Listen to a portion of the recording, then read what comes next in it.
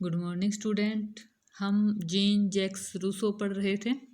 Rousseau का हमने जीवन परिचय देखा। अब जीवन परिचय के बाद हम रूसो के विचारों पर प्रभाव देखेंगे। इस तरह के प्रश्न आप नेट की सेट की तैयारी करते हैं या को आगे स्कूल लेक्चरर की तैयारी करोगे तो उसमें पूछे जाते हैं कि वो ये वाला विचार वो कहाँ से प्रभावित थे, कहाँ से लिया। 2015 के जून के नेट में और 18 के नेट में इस तरह के प्रश्न पूछे गए हैं। तो मेरे मन में आया कि जब हम रूसो पढ़ ही रहे हैं तो उसको और थोड़ा डिटेल से कर लेते हैं। तो आज हम देखेंगे रूसो के विचारों पर प्रभाव। रूसो के विचारों पर उसके युग का प्रभाव पड़ा। हर व्यक्ति के जीवन में वो जिस जिस घटना से गुजरता है उसके व्यवहार को प्रभावित करती है। उसी क्रम में रूसो के विचार देखते हैं। तो रूसो के विचारों पर जॉन लॉक और प्लेटो का स्पष्ट प्रभाव देखने को मिलता है।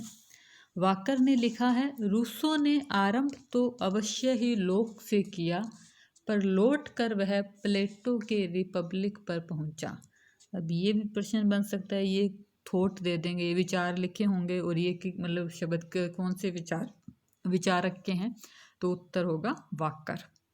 फिर आगे बढ़कर हेगल की पृष्ठभूमि तैयार कर दी। प्लेटो और अरस्तु की भांति रूसो ने कहा मनुष्य एक सामाजिक प्राणी है।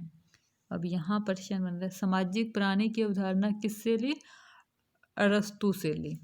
मनुष्य का पूर्ण जीवन केवल समाज में ही संभव है।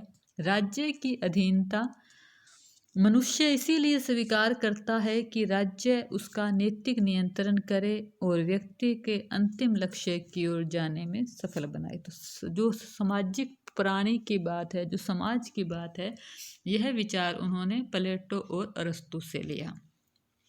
और रूसो का जो ग्रंथ है सोशल कॉन्ट्रैक्ट की रचना करते समय रूसो होब्स और लॉक के विचारों से प्रभावित थे। अब ये पूछ सकते हैं कि सोशल कॉन्ट्रैक्ट के प्रणेता कौन है, मतलब कहाँ से प्रेरणा मिली? तो होब्स और लॉक है। होब्स के प्रभाव के कारण रूसो के विचार तीव्र व्यक्तिवादी हैं। अब होब्स से क्या लिया है उन्होंने? व्यक्तिवाद। रूसो का व्यक्तिवाद होब्स से प्रभावित है और अंत में वह निरंकुशवाद का भी समर्थन कर बैठता है। और लोक के प्रभाव के कारण वह लोकतंत्र का समर्थन करता है, क्योंकि वो लोक ने भी राज्य की स्थापना सहमति से की है। और होप्स ये रूसो भी आगे जब हम सामाजिक समझौता देखेंगे तो ये सहमति की बात करता है।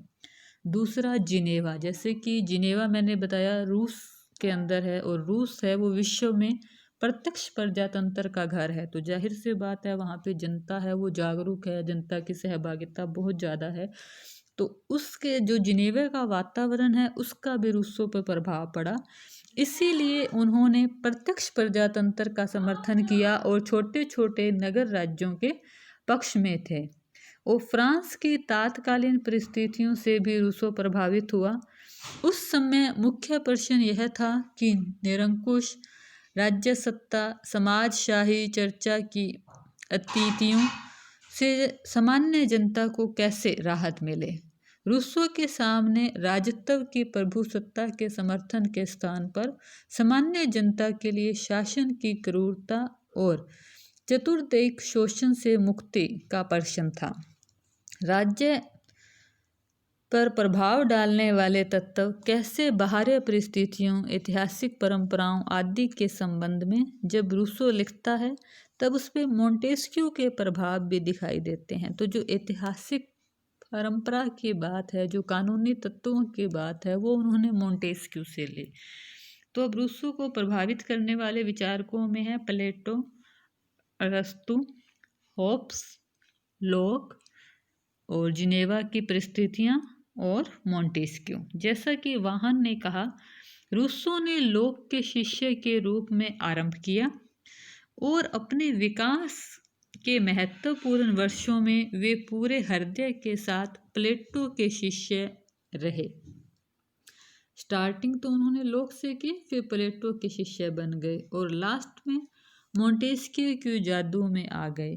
अवश्य ही मोंटेस्क्यू के प्रभाव में आने वाले ये सबसे महान विचारक हैं। तो ये आज हमने देखा कि जो महान रूसो हमारे सामने आए, उनके ऊपर किन किन विचारकों का प्रभाव पड़ा है।